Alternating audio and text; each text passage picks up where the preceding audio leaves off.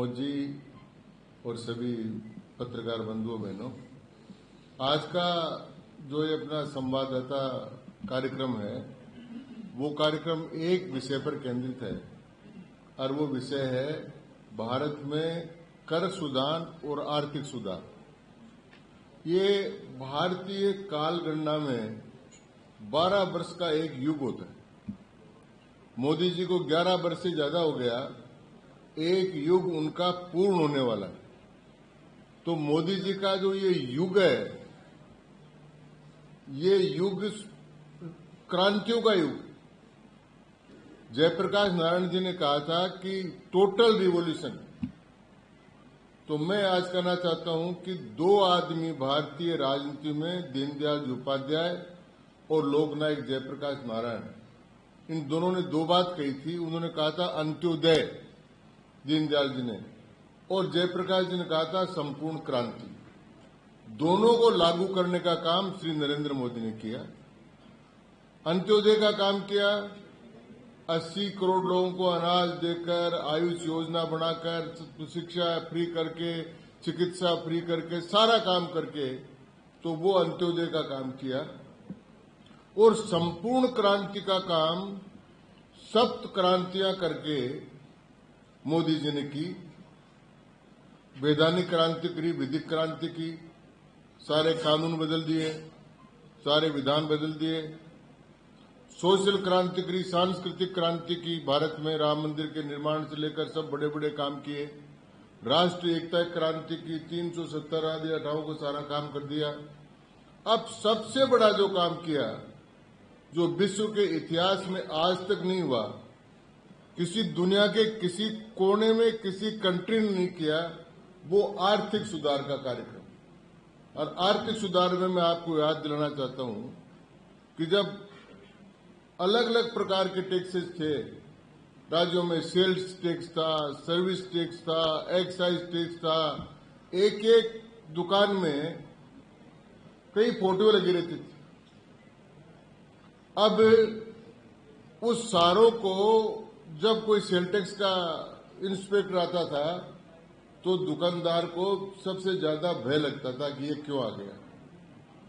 तो अब उस सारे को समाप्त करके उन्होंने जीएसटी लागू की इस देश में 2017 में, और जीएसटी लागू करके उसकी 4 स्लैब बनाई। उसके में 2 लाख करोड़ रुपया महीने का टैक्स भारत में वसूल होने लगा। उसमें राज्यों का हिस्सा भी जाने लगा, तो राज्यों की स्थिति ठीक हो गई। और ये जीएसटी लागू करना अपने आप में अद्भुत काम था। और जीएसटी के बाद में अब इसका दूसरा सेकंड जनरेशन जीएसटी के जो सुधार है वो अपने आप में एक अजूबा है। तो इसको भारत के कराधान में क्रांति के रूप में देखा जाना चाहिए।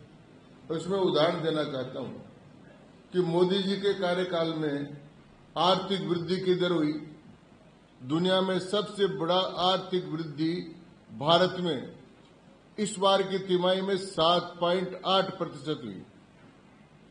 तो टैरिफ वेरिफ की जो ये करते हैं बात, उसके बाद में भी सामाजिक डीबीटी, डायरेक्ट ट्रांसफर, सारा एक मुहावरा सर दुनिया को याद है। राजीव गांधी कहते थे कि मैं 100 पैसे भेजता हूं, 10 पैसे मिलते हैं। उस सारी को करके 44 लाख करोड़ रुपया डीबीटी के द्वारा डायरेक्ट उपभोक्ताओं को ट्रांसफर किया। ये दुनिया के इतिहास में भी कभी नहीं हुआ कि इतना रुपया डायरेक्ट ट्रांसफर हुआ हो। इसी प्रकार आयात निर्यात पर, भारत का फॉरेन एक्सचेंज पर, रोजगार पर, असमानताओं पर सब काम किया। और ये जो अभी सुधार हुआ है, उस सुधार को आप देखेंगे तो 4 स्लैब से घटाकर 2 स्लैब कर दी। अनिवार्य वस्तुएं सारी की सारी सस्ती हो, दूध हो, मक्खन हो, पनीर हो, ब्रेड हो, सब कुछ सारा का सारा काम इतना सस्ता कर दिया। साथ साथ विलासिता की जो चीजें थी उनके लिए 40% का एक अलग रखा। अनुपालन आसान कर दिया। अब इसके ज्यादा झंझट इसमें नहीं रहा और इसका सीधा फायदा उपभोक्ता को होगा, ये काम करने की कोशिश। और हम जो आज ये प्रेस कॉन्फ्रेंस कर रहे हैं कि भारतीय जनता पार्टी ने प्रदेश स्तर पर एक 5 लोगों की कमेटी बनाई और जिला स्तर पर भी कमेटियां बना रहे हैं। और हम ये देखेंगे कि ये जो मोदी जी ने सुधार किया है, ये सुधार उपभोक्ता तक पहुंचे, बीच में कोई बाधा नहीं पड़े, उपभोक्ताओं को जागृत करें और उपभोक्ता तक ये सामान पहुंचे, इस पर का काम करेंगे तो उपभोक्ता को फायदा पहुंचाने का काम करें। दूसरा, हम ये कोशिश करेंगे कि हमारे कार्यकर्ता जगह जगह जाएं, हम व्यापारियों से भी आग्रह करेंगे, हम स्थानीय निकायों से भी आग्रह करेंगे कि भाई इसका अध्ययन करो और कम से कम हम ये चाहते हैं कि राष्ट्र जो है मोदी जी के प्रति अपनी कृतज्ञता ज्ञापन करे कि ये आर्थिक जो महान क्रांति उन्होंने की है, ये पहली बार दुनिया जब इस समय उलझी हुई है उस समय पर इतना सुलझा हुआ काम करने का काम उन्होंने किया है। अर्थव्यवस्था को इससे बढ़ावा मिलेगा, आम आदमी को राहत मिलेगी। दुनिया में कोई ऐसा देश नहीं है इस समय जिसने करों में इतनी बड़ी छूट दी है, वो मोदी जी ने दी है। अब आप कुछ उदाहरण मैं आपको देना चाहता हूं कि जिस पहले जो अपना था 5, 12, 18 और 28, इसको घटाकर 5 और 18 2 कर दिया। इसका लाभ सभी 140 करोड़ लोगों को मिलेगा। ऐसा कोई व्यक्ति नहीं है जिसमें इसका लाभ नहीं मिले।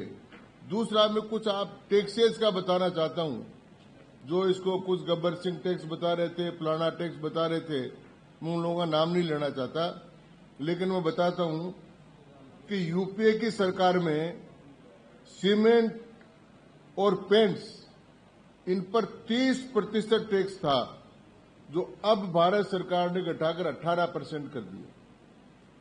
टीवी, फ्रिज, वॉशिंग मशीन पर भी 30% था, जो 18% पर आ गया। कॉस्मेटिक्स, विष्णु जी, कॉस्मेटिक्स पर 30% था, उसको घटाकर 5% कर दिया। आपके काम की चीज है। रेस्टोरेंट्स पर 21% था, उसको 5% कर दिया। फुटवियर, जूतों पर 18% था, उसको 5% कर दिया। और सैनिटरी पैड्स पर 13% था, उसको 0 कर दिया। तो ये तो बड़ा काम किया। चॉकलेट्स पर 30% था, वो 18% हो गया। डिटर्जेंट, टूथपेस्ट, शैम्पू, कॉफी 30% से 5% हो गया। मिनरल वाटर पर 28% से 5% हो गया। प्लाईवुड पर 21 से 5% हो गया। स्वीट्स पर 18 से 5% हो गया। फर्टिलाइजर पर 12% से 5% हो गया। किसान को भी, आम आदमी को भी इसी प्रकार से जो सारे टैक्सेज हैं, उन टैक्सेज को कम करने का काम कर दिया और एक आर्थिक क्रांति की है। इसलिए मैं इसको total revolution in the field of economics करना चाहता हूं कि भारत में आर्थिक क्षेत्र में बहुत बड़ी क्रांति हुई है। आज भारत विश्व में 11वें नंबर से 4थे नंबर पर की अर्थव्यवस्था बन गई है। सबसे विकसित, सबसे तेजी से बढ़ने वाली अर्थव्यवस्था बन गई है। और इसके अलावा जितने फ्री ट्रेड एग्रीमेंट और जितने एग्रीमेंट्स ईयू से, ब्रिटेन से, रशिया से और कंट्री से, 20 कंट्री से कम हमारे हो गए हैं। तो आयात निर्यात के बारे में भी और हमारी विदेशी मुद्रा का भंडार भी सबसे बड़ी होने के बाद भी। और एक आश्चर्य की बात है कि अमेरिका के किसी एक व्यक्ति ने कहा ना कि भारत के ब्राह्मण जो हैं वो मुनाफा कमा रहे हैं। ब्राह्मण में प्रमोद वशिष्ठ, घनश्याम तिवाड़ी नहीं ब्राह्मण में।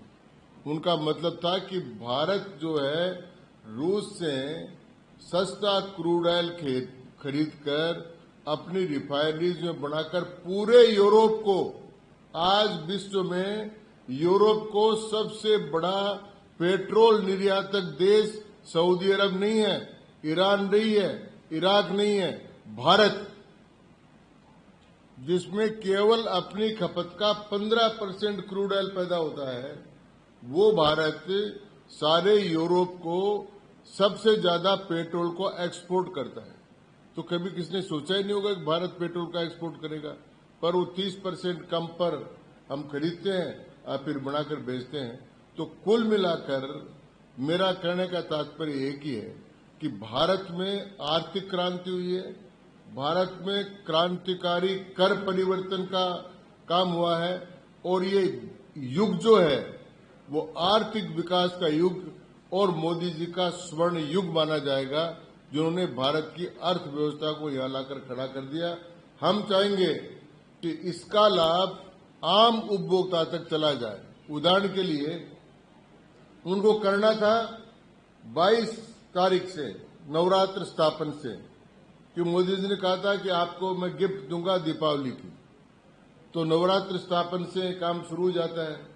और इस बार जो देवी है नवरात्र में आती है वो गज पर बैठकर आ रही है, हाथी पर बैठकर, और हाथी पर जब बैठकर आती है तब तो बहुत अच्छा जमाना होता है, खाद्यान्न का उत्पादन बहुत अच्छा होता है, बिक्री बहुत अच्छी होती है और आर्थिक लाभ होता है। तो वो 1 तारीख से 22 तारीख से नवरात्र स्थापन से वो दे रहे हैं, और नवरात्र भी एक बढ़ गया है, श्राद्ध पक्ष एक कम हो गया है और नवरात्र एक बढ़ गया है। ये भी एक गिफ्ट होती है हमारे धर्मशास्त्र के अनुसार। तो दीपावली तक ये गिफ्ट आम उपभोक्ता तक पहुंच जाए, इसका काम भारतीय जनता पार्टी के कार्यकर्ता करेंगे, जगह जगह जाएंगे, बात करेंगे और कहेंगे भाई ये लाभ जो है वहां तक पहुंचे, इस काम को हम करेंगे। और इसीलिए आज भारतीय जनता पार्टी राजस्थान की ओर से हम मोदी जी की कृतज्ञता भी ज्ञापन करते हैं, और हम सब जो कमेटी बनी है जिलों में सारी कमेटी, वो जाकर इस बात को देखेगी कि अधिकतर लोगों तक पहुंचे और ये आर्थिक क्रांति का लाभ भारत को मिले और भारत और अधिक समृद्ध हो। इसी के साथ हम करेंगे। और लक्ष्मी आई रही है दीपावली, तो दीपावली का गिफ्ट सारे देश को मिले, यही मुझे आज कहना है।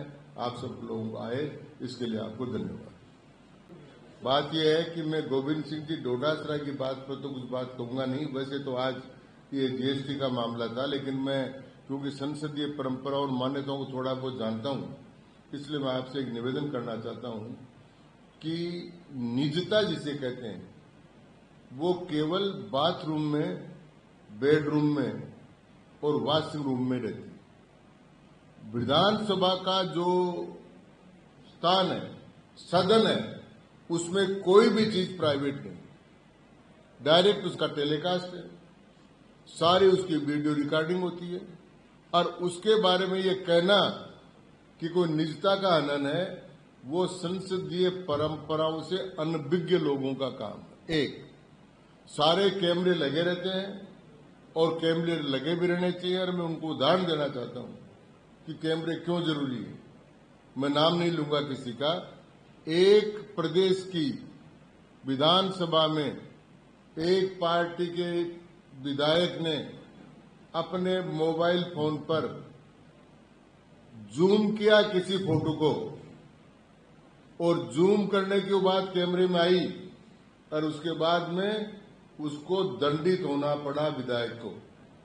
इसलिए कैमरे जरूरी है, कैमरे लगने चाहिए, और कैमरे किसी की निजता का हनन नहीं है। विधान सदन के पटल पर सदन में जो भी काम करते हैं वो सार्वजनिक है, और वो सार्वजनिक काम होना चाहिए। इस प्रकार से कैमरों की आवश्यकता है, हर एक सन कैमरे में आना चाहिए।